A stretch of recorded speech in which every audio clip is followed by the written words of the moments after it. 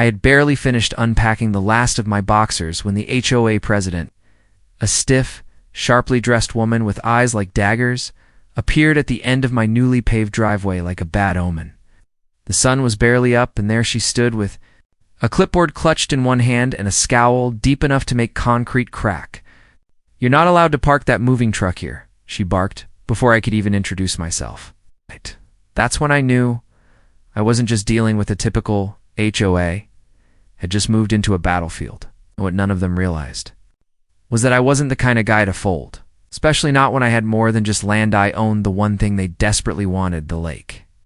Before we dive into how I turned their power grab into a $3 million payout in my favor, make sure you hit that subscribe button to Sham Stories for the most twisted HOA tales you won't believe are real. It all started when I inherited the old cabin from my Uncle Harold. It wasn't much a modest place nestled at the edge of a private lake with a gravel road winding up through pine trees. Far from the suburban sprawl, but I loved it. Peaceful, isolated, and mine. Harold left me the lake, the surrounding acreage, and the road that led in. The HOA for the nearby neighborhood didn't own an inch of it, but they sure acted like they did. The day I arrived, I noticed they had placed a private road HOA residence only sign at the turnoff to my driveway. I pulled over, and I removed it. 2 hours later, Karenius, her actual name, showed up demanding to know what I was doing. I calmly explained I owned the road. She laughed like I had told a joke and said that road is for the community. You can't just take it. I showed her the deed. Her face changed. A mix of shock and offense washed over her like I'd just slapped her with a trout. Still, she tried to argue. This has always been considered part of the HOA we maintain. We control it, I corrected her. Oh. Harold maintained it. He let your residents use it out of kindness. That kindness ends today, and that was the fuse. The next day, cones and barricades appeared at the road entrance. Woke up to a backhoe digging up a part of the gravel drive. I called the sheriff, who came out, took one look at my paperwork, and ordered the construction to stop. That should have been the end of it. Instead, it was just the beginning. Karen and her board declared my road a safety concern and began petitioning the county to seize it under eminent domain, though it was privately owned. They claimed I was blocking community access to the lake. But that lake, also mine. I had titles, surveys, and water rights. My uncle had made sure of it, knowing full well how these people operated. They began a campaign to smear me. One neighbor claimed I was setting traps in the woods.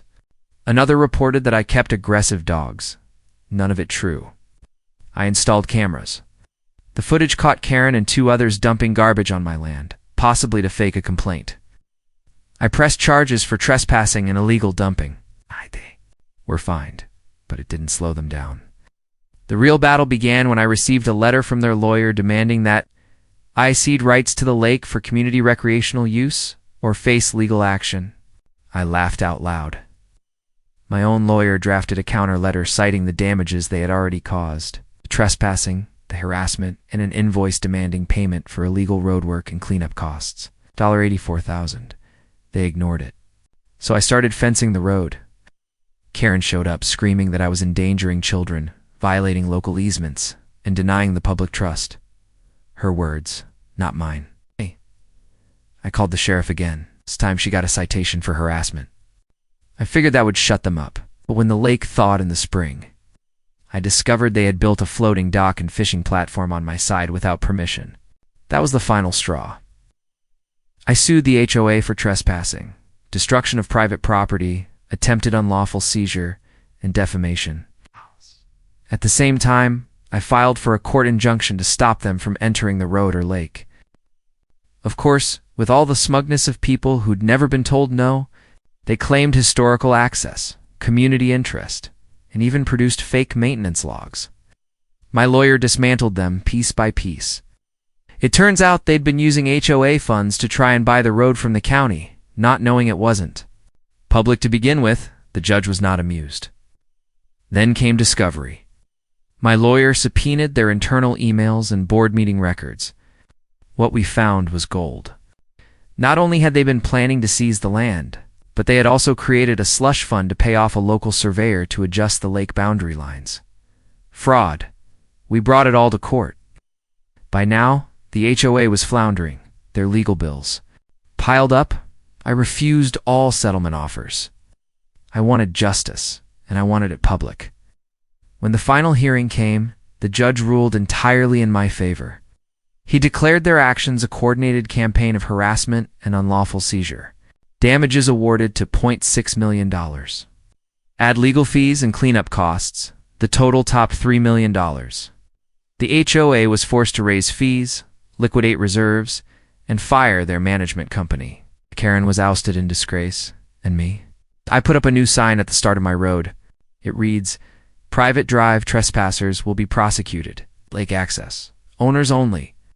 And under it, I added a bronze plaque, "Property rights matter." Stick around, because in the next segment, I'll show you how the HOA tried to get revenge by calling in environmental inspectors to fake violations. But it backfired harder than they ever imagined. After the court handed down the $3 million judgment in my favor, you'd think the HOA would have backed off, maybe licked their wounds and retreated quietly, but Karen wasn't finished. She wasn't just angry, she was humiliated, and people like her don't handle public embarrassment well. Within weeks, she rallied the remnants of her board and some of the more vengeful homeowners to form what she called a compliance watch group. They couldn't touch my road or lake anymore, but they believed they could find a new way to get me off the land or bankrupt me trying. It started with a manila envelope taped to my front gate. Inside was a photocopy of an anonymous environmental complaint submitted to the county. It accused me of illegal dumping into the lake, improper storage of hazardous materials, and violation of wetland protection laws. All of it laughable. Of course, I hadn't done anything of the sort, but the county couldn't just ignore it. A week later, 2 inspectors arrived at my property. They were polite, even apologetic, but they had to go through every inch of the lakefront cabin, and even my shed. They found nothing. I watched them document everything with cameras and clipboards, while Karen stood across the street, arms folded, trying to pretend she wasn't watching like a hawk. I offered the inspectors coffee and told them I expected more of this to come. They nodded like they'd seen it before. 3 days later, a second inspection team showed up, this time from the state's Department of Environmental Protection. Same accusations, same outcome. Clean. But now my name was flagged in the system, and I was forced to sit through red tape and paperwork just to prove innocence over baseless claims. Meanwhile, someone had been trespassing again. I found fresh boot prints near the dock they had illegally built months ago. I installed more cameras, this time camouflaged in the trees, and caught 2 people wearing reflective vests sneaking onto the lake at dawn. One of them was Karen's cousin, a known member of the HOA board. They were trying to take water samples, probably to find anything they could twist into a violation. I reported it.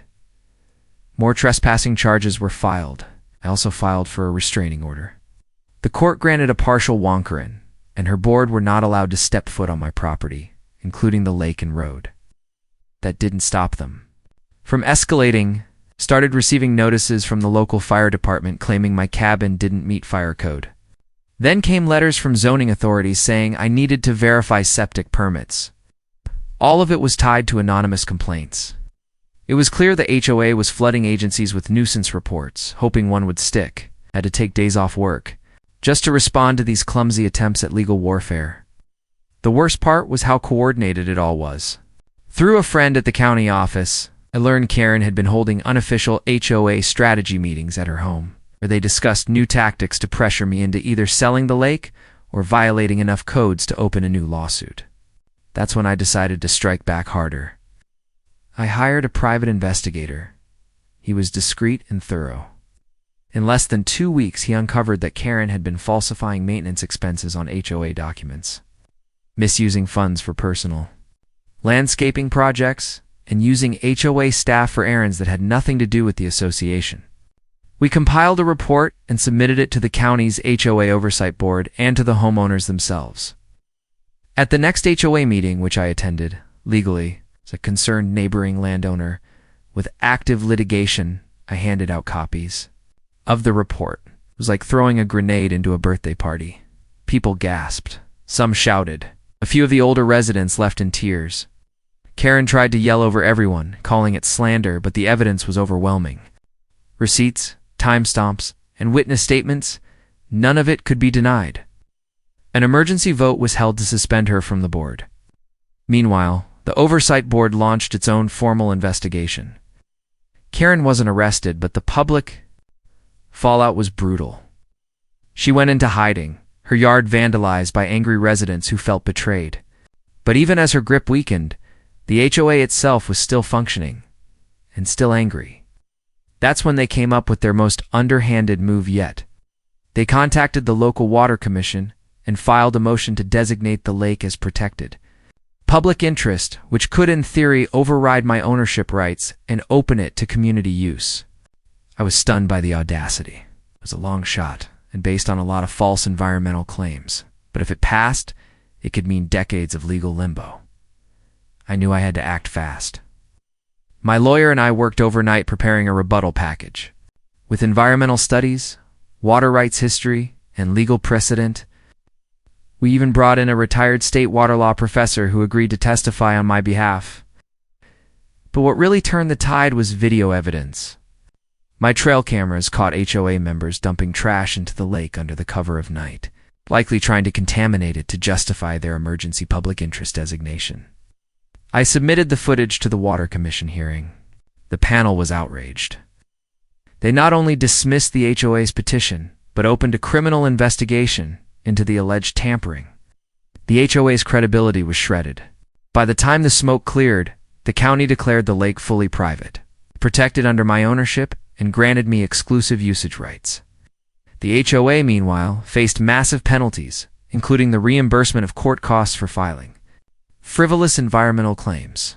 It officially won the second war, but I knew they weren't finished. The remaining board members, desperate to regain footing, started quietly encouraging homeowners to sue me individually for lost access value to the lake, hoping to tie me up in small claims hell. But they had no idea what was coming next. Because I had found something buried deep in my Uncle Harold's old papers, something that would make every last one of them regret ever stepping foot on my land.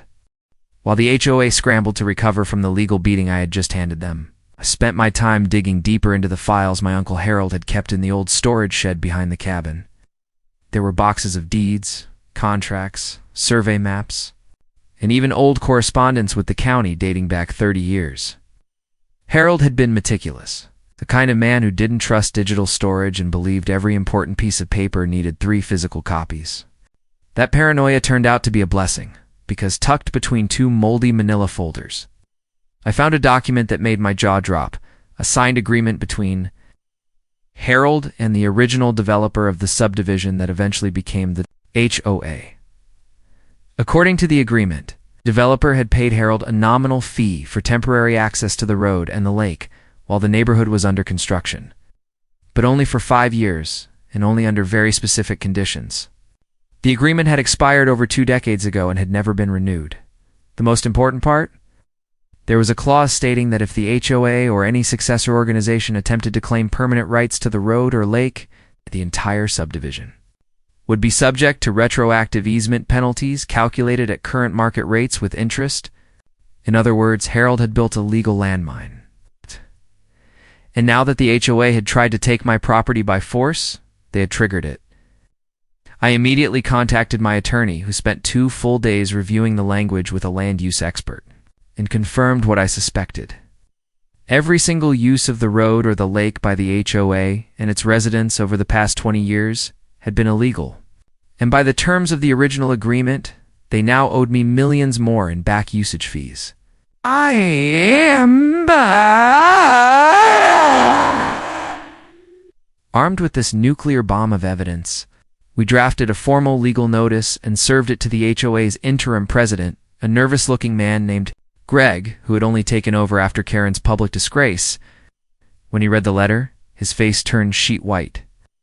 At the next HOA meeting, which I again attended as an interested party, there was absolute chaos.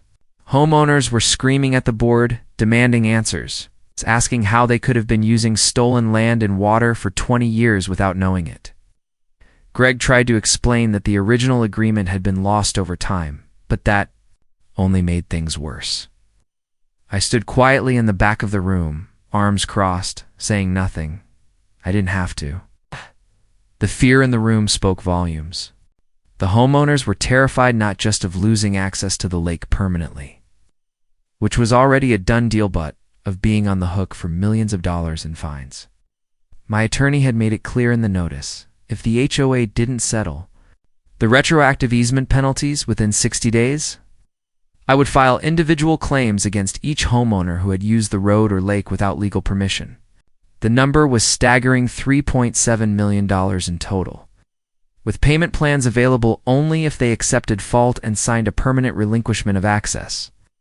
The pressure exploded within a week. The HOA's lawyer resigned. 2 more board members stepped down. Greg begged me to negotiate, saying the homeowners couldn't handle the financial burden, but I didn't care. They had spent months trying to destroy my life, harassed me, lied to the county, vandalized my property, and tried to drag me into financial ruin. Oh. It was time they learned what consequences felt like. As expected, Karen tried to fight back one more time. She emerged from hiding to organize a homeowner protest in front of my cabin, with signs and chants accusing me of destroying community, unity, and stealing nature from the people. The whole thing was a disaster.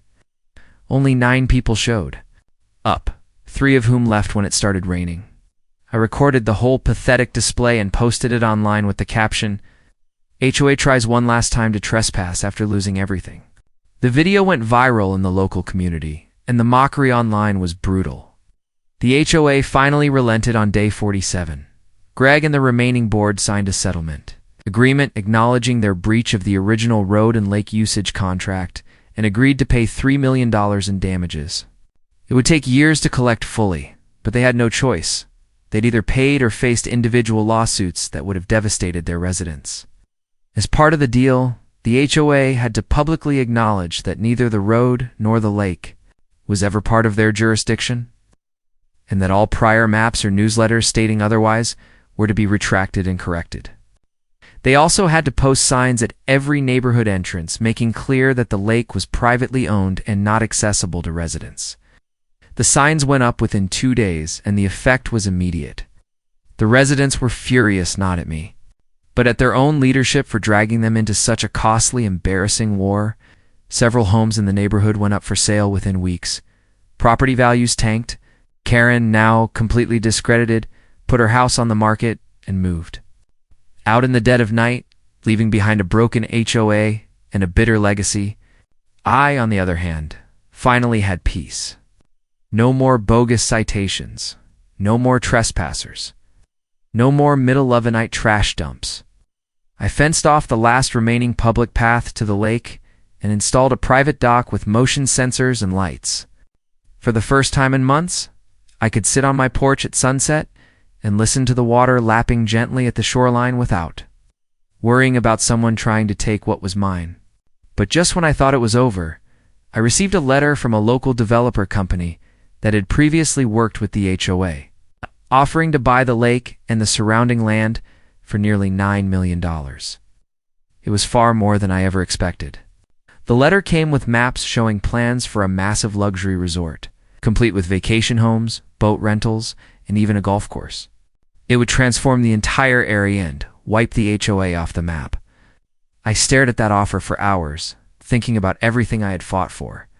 I had all the leverage now. If I sold, I could walk away with a fortune. But if I didn't, I could keep this land exactly as Harold had intended, private, peaceful, and free from the poison of people like Karen. That decision would change everything again. And what I chose to do next would determine whether I stayed a quiet landowner or became the king of the lake for good. The developer's offer sat on my kitchen table for 3 days untouched, the pages slowly curling at the edges under the weight of humid lake air and my indecision. $9 million was an overwhelming number, more money than I had ever dreamed of having, but each time I picked it up and reread the glossy proposal, promising luxury homes, waterfront boutiques, a yacht marina, and 5-star resorts, I could hear my Uncle Harold's voice echoing in my head. Land lasts longer. Then gold and peace is worth more than money. This lake had been in our family for generations.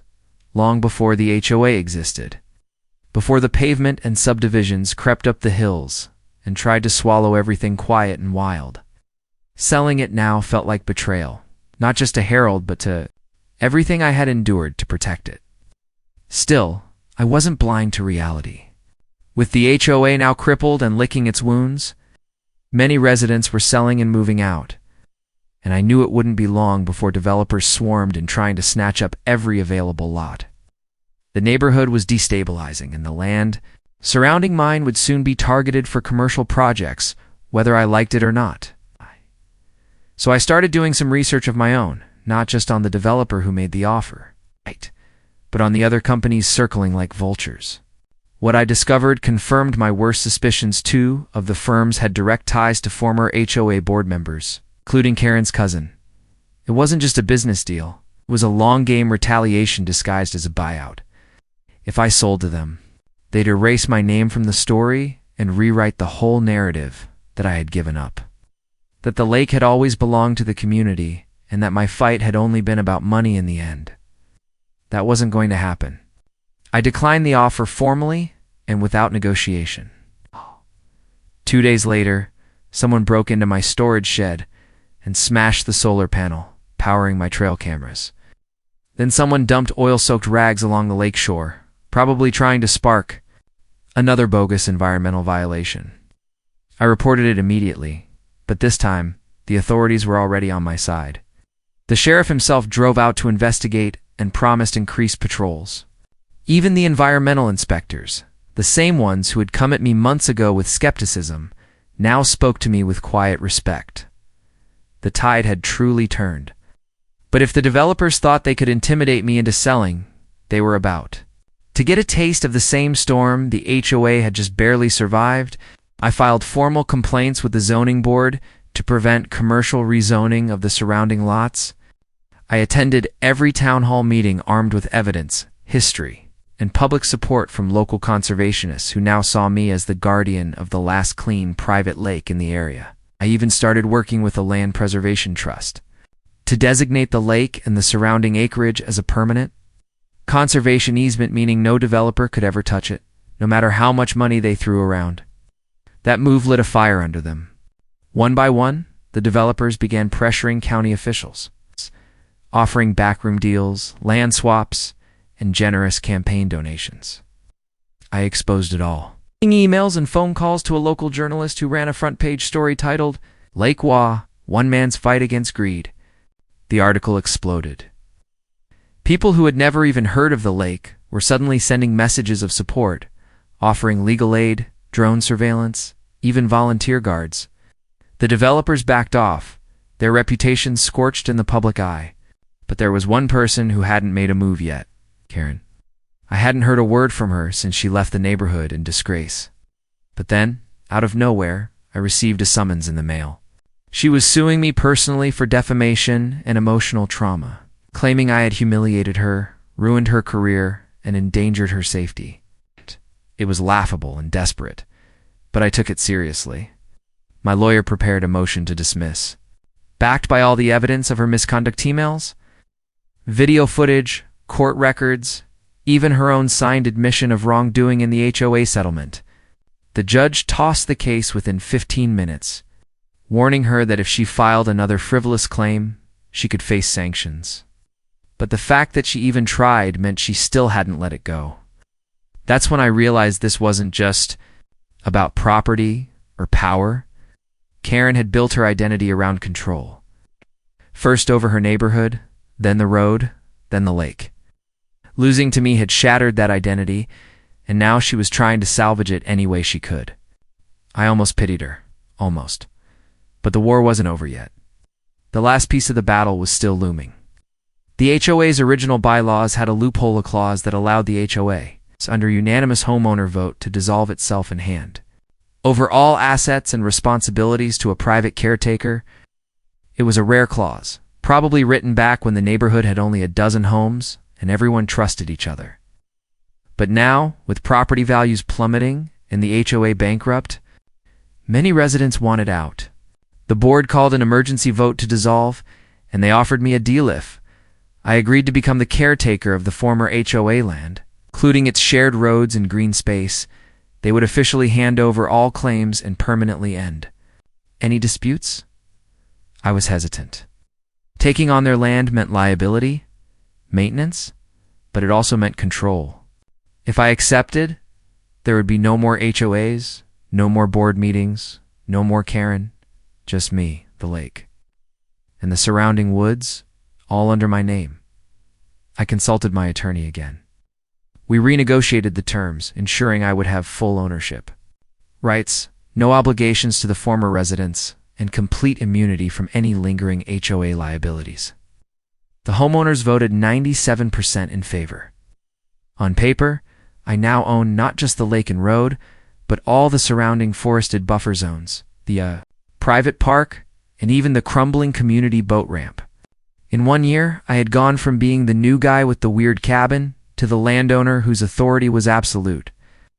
As I walked down to the dock that evening, the sun reflecting off the water in gold and orange streaks, I thought about Harold. Again, he would have loved this. He always said the lake had a soul, that it spoke to those who listened. And in that moment, I felt like it was finally at peace. But something deep inside me still stirred a strange restlessness, a sense that despite everything I had won, the final chapter hadn't been written yet. Because when people like Karen are forced out of power, they don't disappear, they wait. And when they return, they always bring fire. Months passed without a single complaint, trespass, or false report. The lake remained quiet, mine and mine alone, and the surrounding woods returned to the way they were before all the madness began. Deer roamed the edges again, foxes darted across the old trails, and loons returned to nest along the shore. The only sounds at night were crickets, owls, and the breeze across the surface of the water. For a while, it felt like everything had finally settled for good. But peace has a way of lulling you into complacency. And just when I started to believe the fight was truly over, an unmarked SUV pulled into my driveway one morning, and 2 men in suits stepped out. At first, I thought it might be state agents. Maybe another surprise inspection, but they introduced themselves as investigators from the state attorney general's office. They weren't here about me. They were following up on a case involving Karen and potential misuse of HOA funds across multiple developments. My property had come up because of her lawsuit and because of all the court filings, complaints, and news coverage. Apparently, Karen had quietly moved to another state and immediately joined a new HOA, this time as a consultant, helping several communities restore order. But in doing so, she had replicated the same pattern-altering budget reports, intimidating residents, threatening legal action, and funneling association funds through companies linked to her relatives. I gave the investigators everything I had: records, emails, footage, even copies of the forged surveys she tried to use to claim lake access. They thanked me and promised to follow up. A few weeks later, I received a letter confirming that Karen had been formally indicted on charges of fraud, falsifying legal documents, and embezzlement. Her bond was denied. She was in jail, awaiting trial. And just like that, the last shadow she cast over my land was gone. I should have felt relief. And I did briefly, but I also felt something else. Something strange. Emptiness. For almost 2 years. My entire life had been wrapped around this war with the HOA. Every morning I woke up ready for the next insult, the next fight, the next emergency. And now that it was over, there was a void. I realized I had won not just the land, the lake, and the lawsuits. I had won total control, but what now? I had everything, and still I wasn't sure what to do next. I started rebuilding the dock properly, expanding it into a wraparound platform with a covered boathouse. I added solar lighting along the trail to the water and planted new trees along the property line. I even restored the old canoe Harold had left hanging in the shed rafters. Locals began to stop, but not to protest or demand access, but to shake my hand and thank me. They respected what I'd done. Some of them had hated the HOA too, but were too scared to speak out. Now they felt free. I was asked to speak at the town's land rights seminar to help other property owners understand their legal standing. I even considered starting a podcast about HOA abuse, just reading true stories, giving people the tools to fight back. But deep down, I knew I wanted to protect more than just my land. So I went back to the county office one last time and filed the final paperwork with the Land Preservation Trust, officially designating the lake and 80 acres of surrounding land as protected under state conservation status. That meant no construction, no development, and no commercial exploitation for generations. My name would appear on the public registry as the conservation steward. It was done. No one could ever touch it again. A week later, I held a small private gathering for a few trusted neighbors, the ones who had stood by me silently through it all. We grilled by the lakeside, watched the sunset, and talked about how quiet things had become. One of them, an older man named Paul, raised a beer to me and said, "You didn't just win, son. You changed everything." And I realized he was right. It wasn't about revenge anymore. It wasn't even about property. It was about proving that when regular people stand up against bullies, no matter how powerful or organized or entitled they think they can win. They can take back what's rightfully theirs. But before the night ended, one of the guests handed me an envelope. Inside was a letter from a law firm I didn't recognize. It was short, just a single paragraph, but it chilled me to the bone. It stated that a new entity had been formed, an LLC representing future interests in the adjacent neighborhood. They were requesting an informal meeting to discuss possible shared use infrastructure across the conservation boundary. No signature, no name, just a logo. The envelope had no return address. I stared at it long after everyone had left, long after the fire had died down and the moon rose above the water. I knew what it meant. Karen might be gone, but her ideology, her entitlement, her hunger for control was not. It would come back, maybe under a different name, a different face, but it would come. And when it did, I would be ready, 'cause this land is mine, and now it's protected, forever, not just by laws and fences, but by the fire I've walked through to defend it. I won't ever let anyone take it again. If you've enjoyed this story of determination, justice, and one man standing up to the machine, don't forget to hit that like button and subscribe to the Sham Stories YouTube channel. We've got more jaw-dropping real-life HOA dramas you won't believe. Till next time, stay strong, stay smart, and never ever let a Karen steal your lake. The letter from the anonymous LLC sat on my desk like a dormant landmine. And though there was nothing explicitly threatening in its wording, I knew better than to ignore it. I spent the next few days researching the name of the firm listed at the bottom teller and Brooks LLP, a low-profile firm known for its quiet dealings with land acquisitions, environmental loopholes, and conflict escalation, which was a polite way of saying they brokered backdoor deals between developers and stubborn property owners.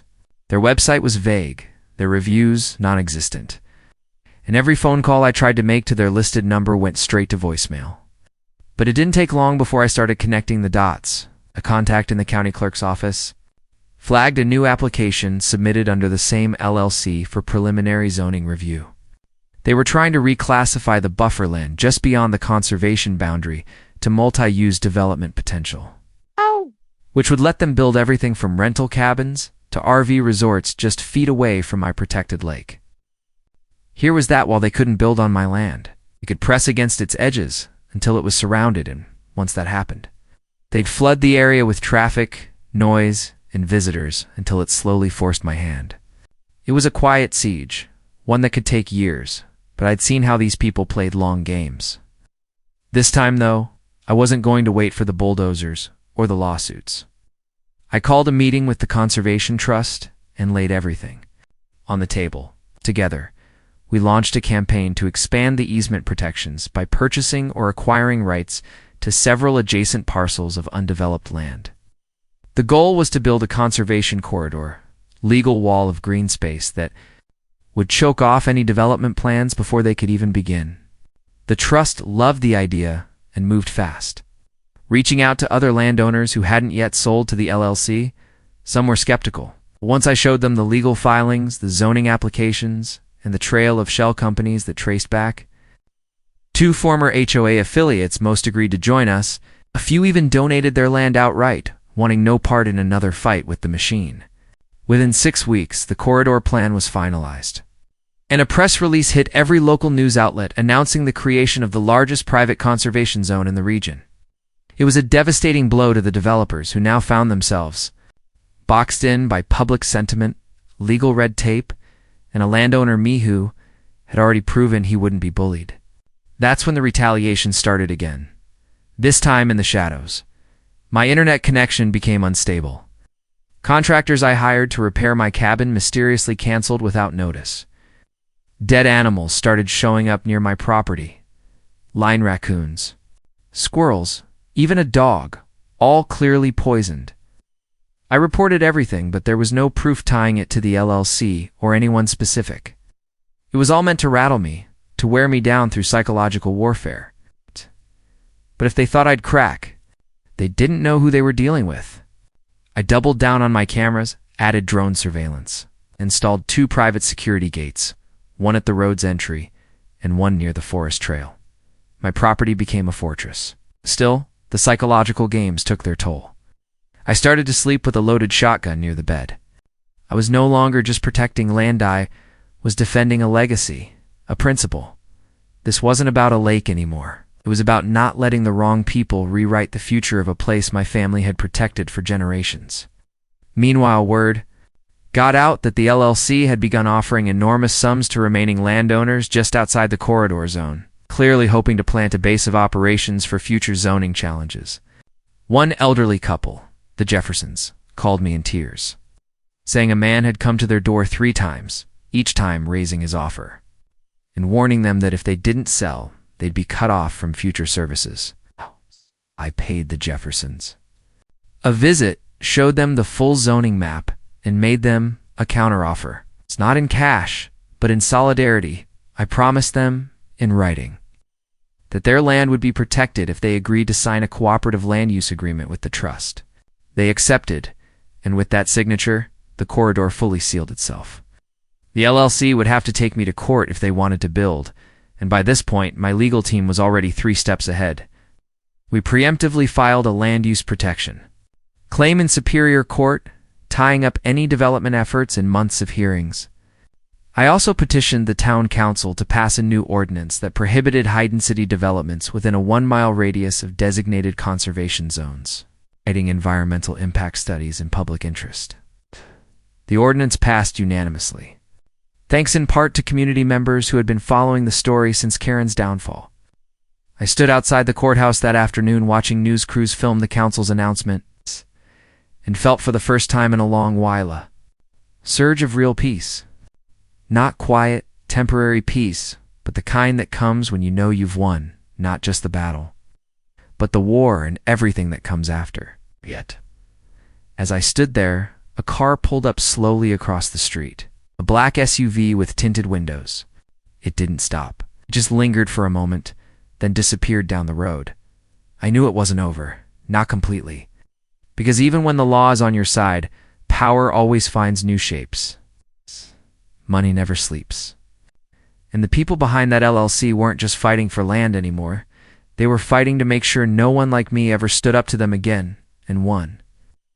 But I wasn't afraid. I had fought everything they'd thrown at me.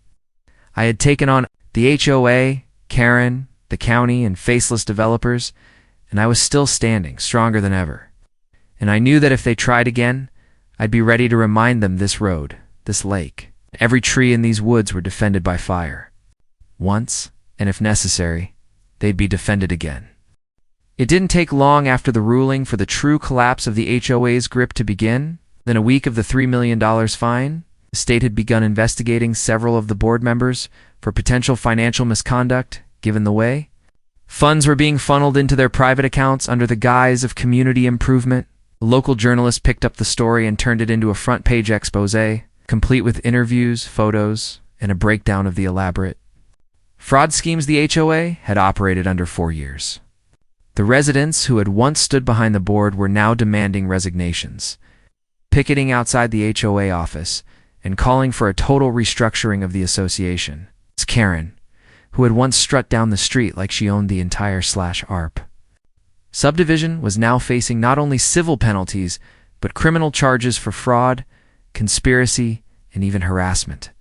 She tried to rally a last-minute defense, whining that she had only ever done what was best for the community, but no one believed her anymore. Her allies, those who had helped her scheme to block my road, seize my lake, and bleed me dry, quickly, began cutting deals and testifying against her to save themselves. And as I stood on the dock behind my cabin, watching the sun dip below the horizon, the lake finally quiet, I felt the weight of the fight lift off my shoulders. It had taken a grueling battle, but I had not only protected what was mine, had exposed the system of abuse and control that had gone unchecked for far too long. Residents approached me now with thanks, asking if I might consider running for the new HOA board once it was formed under court supervision, but I politely declined. I hadn't moved here to govern people. I moved here for peace, for the land, for the water, and for a life free from tyranny, dressed up as neighborhood order. I had earned that peace, and now, finally, it was mine. Karen sold her house quietly through an agent, the property going for far less than it was worth, and fled the state. The parking lot and lake access remained in my possession, but now with clearly recorded easements, so the neighbors could fish and park without hassle, under the condition that the HOA never again try to claim control over it. The board dissolved. The new leadership composed of residents who'd had enough of the nonsense. And me. I sat on my porch, drank my coffee, and smiled every time a neighbor waved, knowing we were finally free.